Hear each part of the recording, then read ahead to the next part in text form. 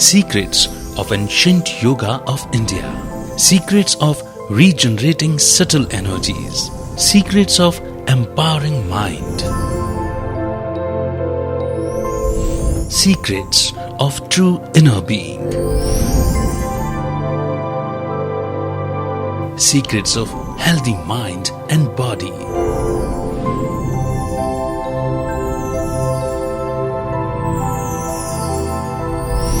Secrets of Yoga. Hello friends, welcome to Secrets of Yoga, a show where we would discuss the important aspects of yoga. What is yoga, how important it is, and what benefits it would offer. As much as we hear the word yoga, it is something which is popular nowadays. Not just because it has been made popular, but it is something that everybody wants to do. Not just as an exercise, but as a mental activity too. There are a few questions that we all have. Just the physical yoga would suffice? Or is yoga something beyond? As much as people connect meditation to yoga, is meditation a form of yoga? It is something that we would have to explore for ourselves. And I'm pretty sure that in today's show, we would try to answer some of these questions. We have in our studio today to talk on yoga and the secrets that yoga has, Dr. Prem Masand, an acclaimed radio-oncologist and a life coach. As a wellness trainer, he has guided, mentored thousands of people to accept yoga as a way of life. And we also have somebody from the younger generation, Chinmay. Chinmay is a pilot. He has been flying the skies for more than 6 years now, and he has been a yogi for more than 20 years. Along with being a yogi and a pilot, he also helps people to take important decisions in life. He has been a life coach too. Let us welcome them to the show. Dr. Masand, Chinmay, welcome to the show. Thank you. Yoga is something which is trending. It is something which has come back with a new energy. Everybody today wants to go to yoga. There's yoga clubs, there is different kinds of yoga, fusion yoga, dance yoga, and whatnot. Dr. Masand, you have been a healthcare professional. You have been a clinical oncologist. You have been a wellness trainer. You have worked with people not only for their health, but you have also worked for their complete well-being. So over the years, you have seen people's lifestyle change, and today yoga has come in somewhere. Everybody thinks that it is beneficial, but from your perspective, what do you think yoga is? How much does it actually impact people? See, if we see 1980, that time everything was good. People were relaxed. There was a balance between work and home. And people used to go for walk, exercise, sports. After 1990, I will say, a big change is there. I will say three things are changing very fast. Emotion, economy, environment. And stress is increasing day by day. And we can see now, this year WHO is celebrating Depression Let Us Talk. It means depression and stress are becoming two prominent factors to cause any problem in the body. And due to this stress, breathing problems, allergic problems are becoming more and more. And I can say heart and lungs, that is an important pump. That pump is not working fully. So we are not able to breathe completely. And that is what causing anoxia, hypoxia in the body. And that starts genetic mutation in the body. And that is why now yoga, meditation are becoming very important. First thing, to normalize our pump, cardiopulmonary pump, and to relax ourselves in the body. Because our each thought, each emotion is sending signal to target organs of the body. Our mind, brain, body, they are connected. And every signal is going to our target organ of the body. And whichever organ is weak, disease is coming out from there. And that is why communicable diseases are becoming very prominent. And this year, Government of India also focusing on non-communicable diseases. And that is CAD, type 2 diabetes and cancer. They are becoming very prominent. And that is the role of now yoga, meditation, relaxation, different type of dances. They are becoming very prominent. As a wellness trainer, when you look at a person as a complete human being, it's not just one aspect of just physical health. You very rightly said there is stress in emotions, environment and economy. And the stress that today we face, we think that it is a normal thing. Don't you think? Because there is pollution, I cannot do anything about it. I have stress at work, I am required to finish something at a deadline, and okay, I take it. And there is emotional stress from the family or from my own relationships, and I think that okay, this is part and parcel of life. So when this understanding is also changing, where stress is accepted as part of life, do you not think that somewhere it is defeating its own purpose? Like, we want to do yoga, but at the same time we are accepting stress as okay, this is also a normal thing. See, our life is a balance of self and balance of work, balance of relationship.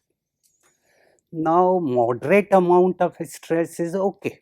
That you said that some part of stress is necessary to motivate us, to propel us. But whenever stress becomes distress, that create imbalance in the body, between mind and body. And we release more stress hormone in the body, like adrenaline and steroid. And they damage any system in the body once they are released more than required amount. And that is where the role of meditation and yoga and exercise is there. Because obesity is also becoming one of the major component.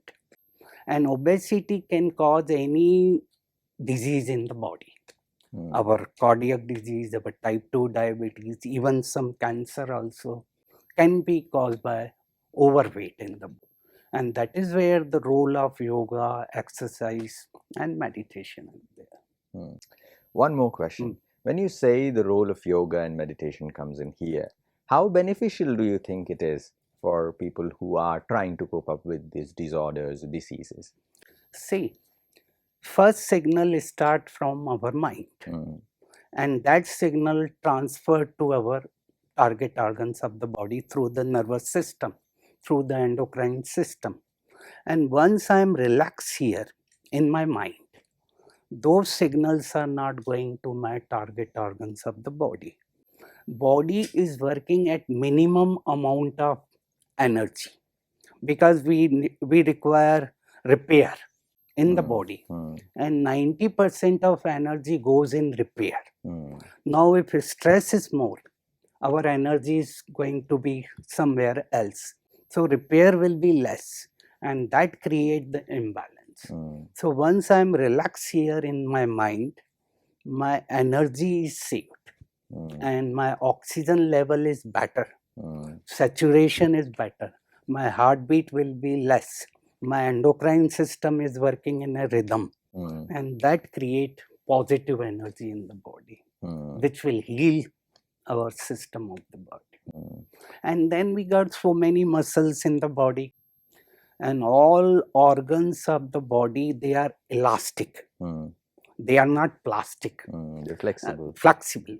So to make them elastic, we have to do some type of yoga and exercise also. Otherwise, all the joint problems are becoming very now.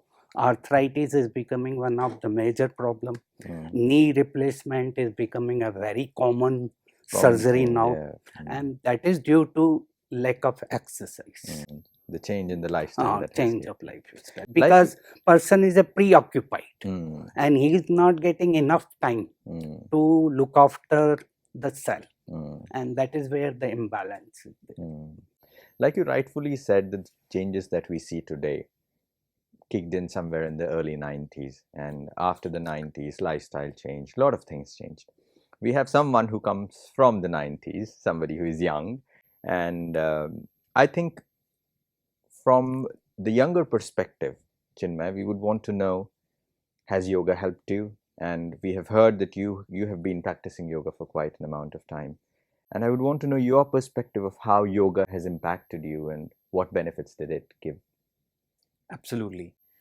Being part of Gen Y, I've been part of this fast-paced environment where, the lifestyle and the work pressure and the expectations of people around, the peer pressure, everything is in that fast-paced zone. We need things in a much quicker way. It's like a microwave mentality, right? We need things in a minute.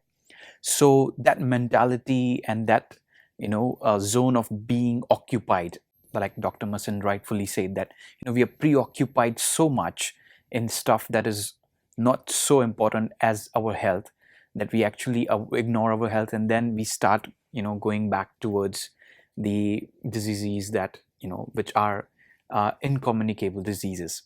And I had faced that in my life. I was 94 kilos of weight, and I was actually struggling to even get up in the morning properly, right? Because when you are that heavy, you would feel that laziness, already.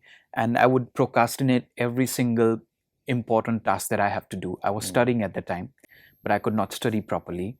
I was working part-time. I could not work properly. So the results were not coming in my life. And that was, again, another feedback that was going in my brain that things are not happening in my life. And that led to a little bit of sadness. And then people name it as a depression.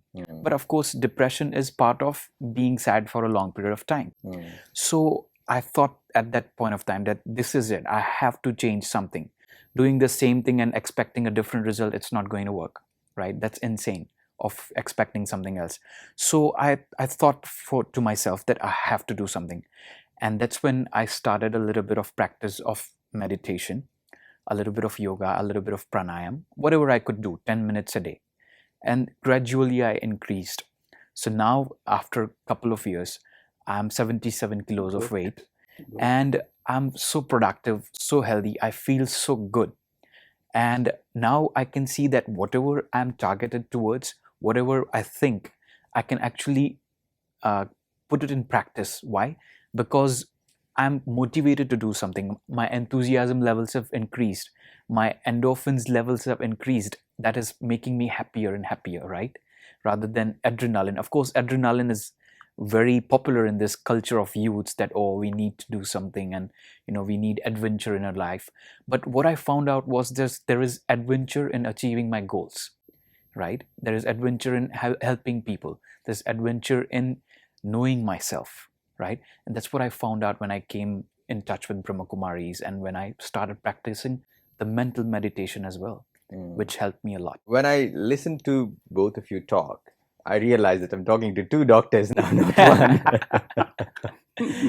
But Dr. Masand, I would want to contemplate on this fact as somebody who is young, who has come to this point that, yes, it is helpful and it has helped me, and he has understood the benefits of yoga.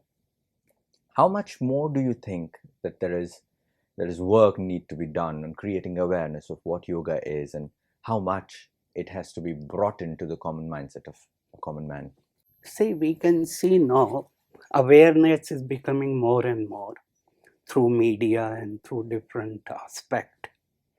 Still, it needs more because our masses, they have to be aware, because now we can see these diseases, non-communicable. They are going to middle class and they are going to rural part of the India also. Once upon a time, people would say the we heart used to disease say is only the rich man's rural, disease. in urban part. India and China, they are the hub in CAD and type 2 diabetes. And now that is why we have to carry forward these type of programs to our rural part also, so that they also should get awareness of this problem and they can prevent these diseases. Because once disease is there, cancer or heart disease or diabetes. They are lifelong diseases and they have to take the treatment throughout. An economy problem is there, money expenditure is there, and that is why prevention is better than Cure, like cure. always. That is what the idea of this program is, that they should get awareness. When you say prevention is better than cure, everybody wants to be safe. At least in today's world, safety is a very big concern. How safe do you think, Chinmay, you are from whatever is around you? How much you have done to safeguard your own health, your own mental peace? I think it's an ongoing effort because the environment around me is actually full of, I would say, the negativity is highlighted. If you see the front pages of newspaper, the breaking news are mostly negative. If you see the things on the internet or the television headlines, everything right now is highlighted, is the negativity is highlighted. The reason being it's very easy to follow, and people are actually tend to get attracted towards those things. It attracts your attention. Absolutely. And it's a temporary, thing of people's gossip, right? You can talk about it. But I have to make a, conscious effort every single day to not to touch newspaper in the morning and read something positive, right? And that's what I practiced after being part of this institute, that, early morning you read something really positive that recharges your mind, that recharges your soul, that makes you more in tune with yourself. And I think yoga and meditation is one of the part of it is that you know yourself. And a lot of the times, because of our peer pressure and the environment at work or whatever we go through, failures in life, we tend to forget our strengths. We tend to forget our goodness. And actually, we have to remind ourselves daily of what we are good at, what do we like to do, what we are passionate about. And that is, I think, every single person, not just youth, but every single person who is young at heart should practice, right? And that's what makes this life better and better, right? That's what we want at the end of the day, happiness.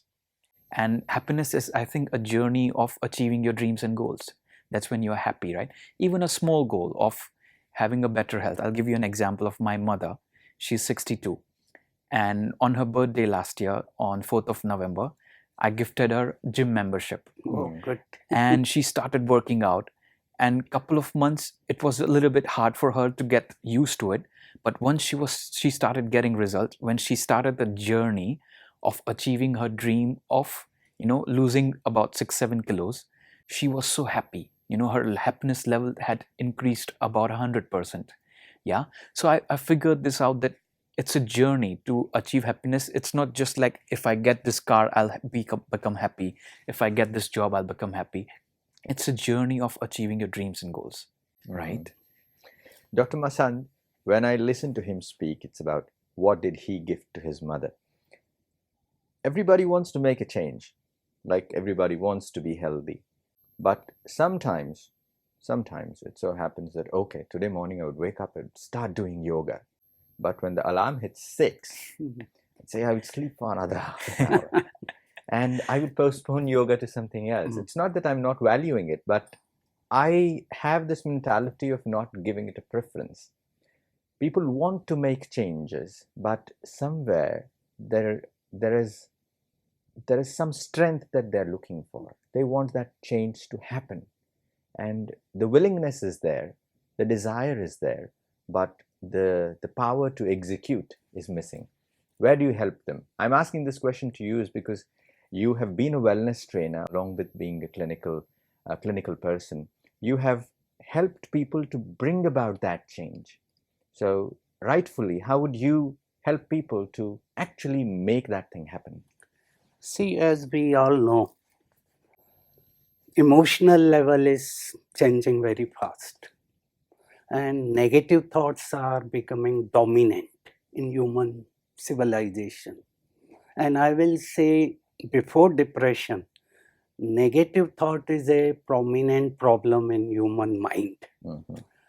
And Due to that lack of energy, low energy is there. And that is where we can infuse positive energy by positive thoughts.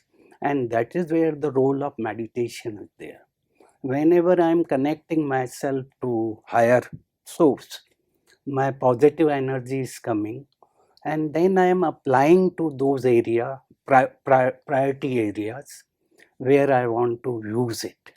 And by slow and slow, as said, gradual improvement, slow and slow, every day will bring positive change. Small changes will bring a big change. That is the principle. So go on bringing the change in your life, in your personality, day by day. Don't lose your heart that I was thinking to do this thing. I was able to do this thing. That is okay. Tomorrow again I will improve more. So by that day our brain circuits, they are created. Any plan which we put in our brain, it takes 3 months to make the root, permanent root. Like negative roots are there, same way we can create our positive root every day by a single thought, by today I will be happy, today I will do breathing exercise. Don't go for so many. Today I will do walking. Today I will do stretching. So slow and slow, you can combine all those things. A day will come when you are able to do all those things in your life, as brother said. Dr. Masand, you said that people have to make that change. They have to take an initiative, not a big step, but like a small step that will lead you to a longer journey. And we would also want to see some smaller steps of yoga, how you could start doing some physical yoga asanas, and not all of them, at least one of them you could start following from today, and slowly you can increase. So let's have a look at the physical yoga that we can learn. The word yoga means union. It is derived from the Sanskrit word yuj, which means join. So yoga is a union of body, mind and soul. It harmonizes all the levels of being, physical, pranic, spiritual and emotional. You can control your body, mind and energy with the practice of asanas and yoga. In yoga, first comes pranayama, then meditation and then asanas. So first I will tell you one pranayama and then 2 asanas. First pranayama is Kapalabhati. Kapalbhati is a very beautiful yogic kriya.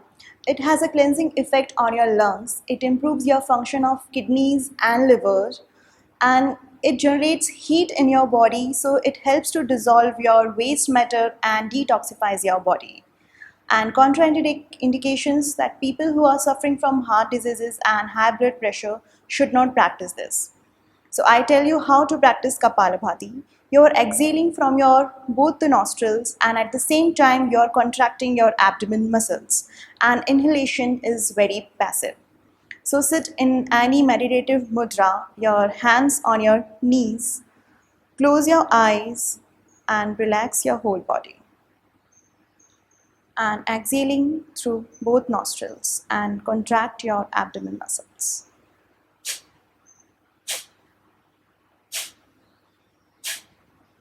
Next, we will practice one forward bending asana, that is Paschimottanasana. So stretch your legs out, okay, your feet together and your back straight, and hands on your knees and look forward. And now as you are exhaling, just bend forward, bending from your hips. Keep looking forward and go down and slide your hands on your legs. And now you can hold your big toes or your ankles or any part of the leg where you can reach comfortably. So hold your big toes, inhale, open your chest, look forward and slowly exhale and bend forward.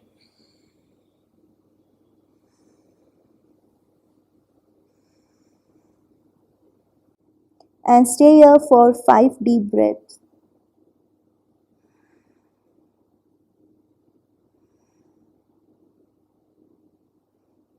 And now inhale and slowly come back to the initial position. Paschimottanasana is the intense back stretch pose, so it stretches your whole spine and the backside of your legs.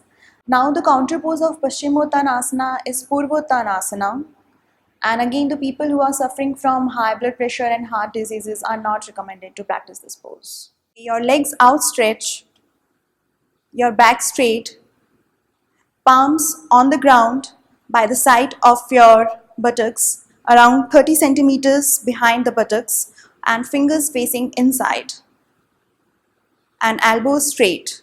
And now, as you inhale, you will raise your buttocks and raise your chest. And let the head hang back. And slowly exhale and release. Now that we look at these things, it is not something which is very difficult. It is not rocket science. True. One of the asanas that we can do every day, it's not a difficult task to do. And I think if we make an effort to do something new today, we can sustain it for a longer while. And with your experience, Chinmay, and with the guidance that Dr. Masand has offered, I think our friends who are watching the show would definitely agree that it is possible. So yoga is not difficult. Yoga has to be brought back to our lives, and it has given benefits for people. And if they would also bring it back to their lives, it would also give them benefits that are untold. Absolutely. And I cannot thank you enough for coming to the show, but you have shared your experience, and Dr. Masand has shared his wisdom with us. I thank both of you for coming on the show today. Thank you so much. Thank you. Om Shanti. This was Secrets of Yoga today. Everybody thinks that yoga is important. As modern as it might sound to us, it is an ancient form. It is not just a physical exercise, but it is a mental exercise too. It not only helps our body, but also helps our mind to rejuvenate. There are several untold benefits of yoga, and all of that has to be practiced and to be judged by one's own self.